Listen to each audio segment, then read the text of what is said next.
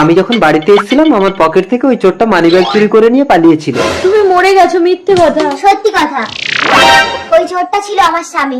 তোমার চক্করে পড়ে তোমার স্বামীর মানিব্যাগ নিয়ে পালাতে গিয়ে গাড়ির তলায় চাপা পড়ে মারা গেছে। তাই আমার স্বামীর মৃত্যুর জন্য তুমি দায়ী। You are under arrest. এই তুই আমাকে মারলি কেন? কারণ আমিও আমার স্ত্রীর সঙ্গে জেলে যেতে চাই। এত লোকের মেয়ে বিষ খেয়ে গলায় দড়ি দিয়ে মরছে, আর এই লিঙ্গর কপালে একটা মেয়ে জোটে না। আইডিয়া, লোকে বিয়ে করা বউকে চুরি করে এনে সংসার করবে, মুখ ঢাকিয়ে ছদ্মবেশে যেতে হবে।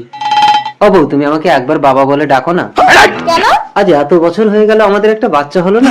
তা না যদি হয় আমি কি করবো? তাহলে তুমি আমাকে বাবা বলে ডাকো। অসম্ভব, আমি সংসার ছেড়ে বাপের বাড়ি চলে যাবো, তাও তোমাকে বাবা বলে ডাকবো না। আইডিয়া, বাবার ছল করে যায়। বাবা বলবো না। আবার ঘুঘুটিয়া ময়না, আমাকে ছেড়ে যেও না। কে তুমি? আমি তোর বাবা, তোর মায়ের খুব শরীর খারাপ, তাই তোকে নিতে এলাম রে মা। তা তুমি মুখ ঢাকিয়ে রেখেছো কেন বাবা? অনেকদিন আগে আমার সময় শেষ হয়ে গেছে বলে যমরাজ আমাকে হন্যে হয়ে খুঁজছে, তাই আমি মুখ লুকিয়ে রাখি। বাবা তুমি দাঁড়াও, আমি রেডি হয়ে আসছি। তাড়াতাড়ি আয় মা। ময়না, তা বলি শ্বশুর মশাই, জমার জামাই তো সমান। আমি শুনে নিয়েছি মানে আপনার দিন শেষ। দেখি মুখটা দেখি দেখি। লিঙ্গ তুই? আমি তোর বউকে চুরি করতে এসেছিলাম।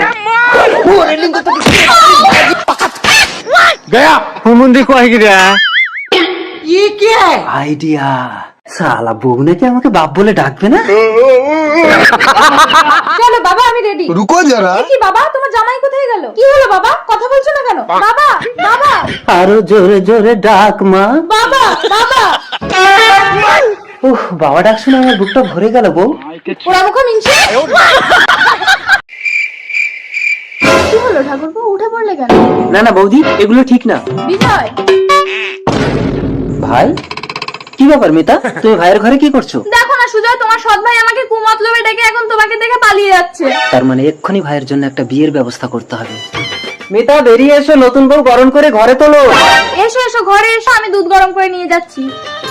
দুধে বিষ মিশিয়ে দেবো, যে জিনিস আমি ভোগ করতে পারবো না সে জিনিস কাউকে ভোগ করতে দেবো না। তুই বিজয়কে মারতে পারবি না। কে? আমি বাতাস বাড়ি, বিজয়ের প্রাণ থাকে সুজয়ের বুকে, তাই ওই বিষটা তোর স্বামী সুজয়কে খাইয়ে দিলে তবেই তুই বিজয়কে।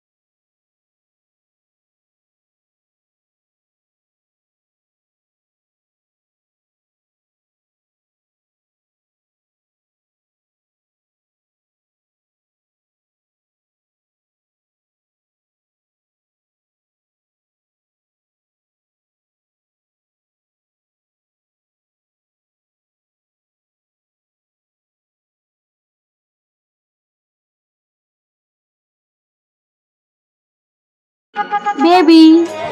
ম্যাডাম, আজ 2 মাস আমার স্বামী অসুস্থ হয়ে বিছানায় শুয়ে আছে। বাড়িতে ভীষণ অভাব, আমাকে একটা কাজ দেবেন? হ্যাঁ হ্যাঁ, হবে এই তুমি দাঁড়াও, তোমার নাম কি? নূপুর। শোনো, আমি সরকারি স্কুলে চাকরি করি, তবু আমার স্বামীকেও কিছু করতে দেই না। তুমি সময় মতো ওকে দুটো খেতে দিও। আসছি বেবি। বলছি, তোমার স্বামীর চিকিৎসা করছো না? টাকার অভাবে চিকিৎসা হচ্ছে না বাবু। তোমার স্বামীর চিকিৎসার টাকা যদি আমি দেই? কি হলো স্বামী, এই তো আমি এসে গেছি। আমি বাঁচতে চাই। তুমি বাঁচবে স্বামী, যত কষ্ট হোক আমি তোমাকে বাঁচাবো। ম্যাডাম চা। আরে কি হলো উজ্জ্বল, এই কি হয়েছে রে? জানি না ম্যাডাম। জানি না? তোদের মতো কাজের মহিলাদেরকে ভালো করেই জানা আছে। থাকা ঘর পেয়ে তুই আমার স্বামীকে পাঠানোর চেষ্টা করছিলি? না না, তো যা দাদাকে চাটা দিয়ে আয়। বাবু চা। আমি ঠান্ডা চা খাবো? বাবু আমি জানি আপনি কেন এরকম করছেন, আপনাদের বাড়ি আমি আর কাজ করব না। এখনই 5 লাখ টাকা লাগবে, অপারেশন না করলে আপনার স্বামীকে বাঁচানো যাবে না। টাকার চিন্তা করবেন না ডাক্তার বাবু, আপনি অপারেশনের ব্যবস্থা করুন। আরে আমার সব টাকা তো তোমার, তুমি ইচ্ছে মতন খরচা করবে। আসি, বাই। বাবু আমাকে 5 লাখ টাকা দেবেন? এসো তুমি। বাবু এতে তো 5,000 টাকা আছে। ওটাই তোর দাম। আজ স্কুল হবে না। এই ডাইনি, তুই আমার স্বামীকে মেরে ফেলেছিস। Hello police. স্যার, আপনি চিন্তা করবেন না ম্যাডাম, আমি ফাঁসির ব্যবস্থা করবো। না, ও আমাকে বিধবা করেছে, আমি ওকে বিধবা করব। ওকে আমি মেরে ফেলবো। কোনো লাভ হবে না, ও অনেক আগেই মারা গেছে। স্বামী, ডাক্তার। আপনি সময় মতো টাকাটা আনলে আমি অপারেশনটা করে ফেলতাম। মানে আপনার স্বামী এর অসুস্থতার সুযোগ নিয়ে এই মেয়েটিকে ব্যবহার করে ঠকিয়েছে। এই জগতে কে সব থেকে শক্তিমান? আমার সামনে এসো, আমি তার গলায় মালা দেব। আমি সূর্য, আমি এই জগতের সেরা শক্তিমান। তুমি আমার গলায় মালা দাও রাজকুমারী। আমি বাতাস, এই জগতের সেরা শক্তিমান। তুমি আমার গলায় মালা দাও রাজকুমারী। না, আমি এই জগতের সেরা শক্তিমান। না, আমি এই জগতের সেরা শক্তিমান। আমি চাইলে এই সবকিছু জ্বালিয়ে পুড়িয়ে ছারখার করে দিতে পারি। তার আগে আমি হাওয়া দিয়ে আগুন নিভিয়ে দেব। আমি দাঁড়াও, ওই যে পুরোটা চাদর গায়ে দিয়ে আসছে, যে ওর গায়ের চাদর খুলে দিতে পারবে সে এই জগতের সেরা শক্তিমান। আমি তার গলায় মালা দেব। আমি এক্ষুনি হাওয়া দিয়ে ওর গায়ের চাদর নিভিয়ে দেব। ওরে বাবা, এ তো ভীষণ ঠান্ডা হাওয়া, চাদরটা ভালো করে মুড়ে নেই। দাঁড়া বাতাস, এবার এই সূর্যের ক্ষমতাটা তুই দেখ। বাবা, এত গরম সহ্য করতে পারছি না, চাদরটা খুলে ফেলি। তুমিই জগতের সেরা শক্তিমান সূর্য। প্রণাম সূর্যদেব।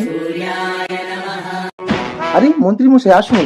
আমার একমাত্র বড় আদরের ছেলে খ্যাপা, ছোটবেলা থেকে যা বায়না করে তাই দিতে হয়। এখানে কি চাই স্যার? তোমাদের বাড়িতেও কোন মেয়েকে পছন্দ করেছে, তাই পাকা কথা বলতে এলাম। আমার মেয়ে তো ছোট। এই মিমি, এই তো স্যার।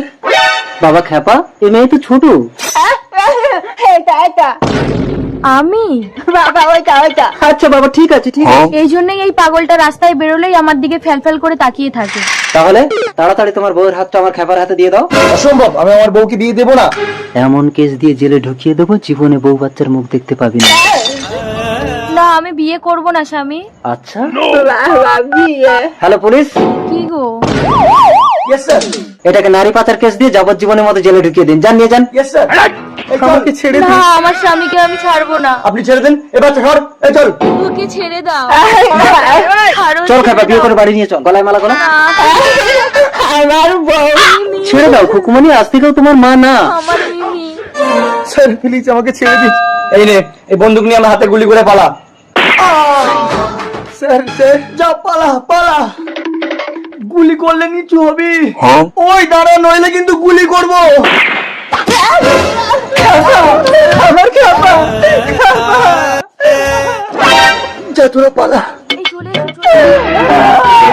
স্যার, এনকাউন্টার করতে গিয়ে ক্রস ফায়ারিং হয়ে গেছে। পুলিশ তো ছেড়ে দিন, লেগে যাবে আপনার।